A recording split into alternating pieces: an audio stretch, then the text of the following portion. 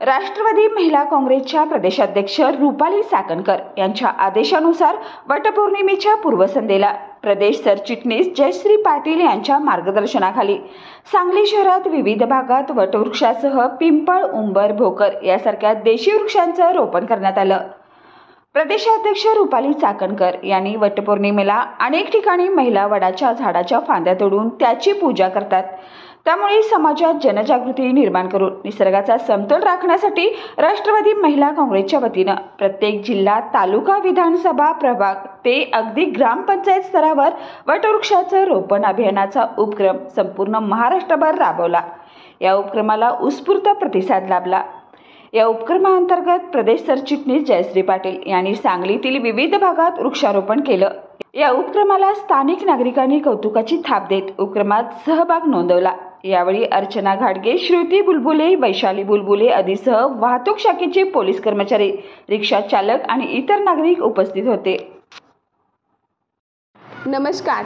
आमच्या राष्ट्रवादी काँग्रेस पार्टीच्या प्रदेशाध्यक्षा रुपालीताई चाकणकर यांच्या आदेशानुसार आज प्रदेशच्या वतीने सांगली शहरामध्ये वटपौर्णिमेचं औचित्य साधून आज आम्ही वडाचंच तसेच अनेक वृक्षारोपण कार्यक्रम राबवण्यात आला आणि ज्या ठिकाणी खरंच वृक्षाची झाडे लावण्याची गरज आहे अशा ठिकाणी आपण झाडे लावलेली आहेत। आणि सगळ्यात महत्त्वाचं म्हणजे वृक्ष किती महत्त्वाचं आहे त्या काल आम्ही झाडं लावताना आम्हाला समजलं, कारण नागरिकांमधून आम्हाला एवढी शाबासकीची थाप मिळाली, एवढं कौतुक मिळालं। त्यामध्ये झाडं लावत असताना आपले आजूबाजूचे नागरिकही होते आणि आपली मंडळे होती, चौकातली लोकं होती। त्याचबरोबर सगळ्यात महत्त्वाचं म्हणजे आपले पोलीस प्रशासनाचीही लोकं आम्हाला साथ द्यायला आणि कौतुक करायला आली होती।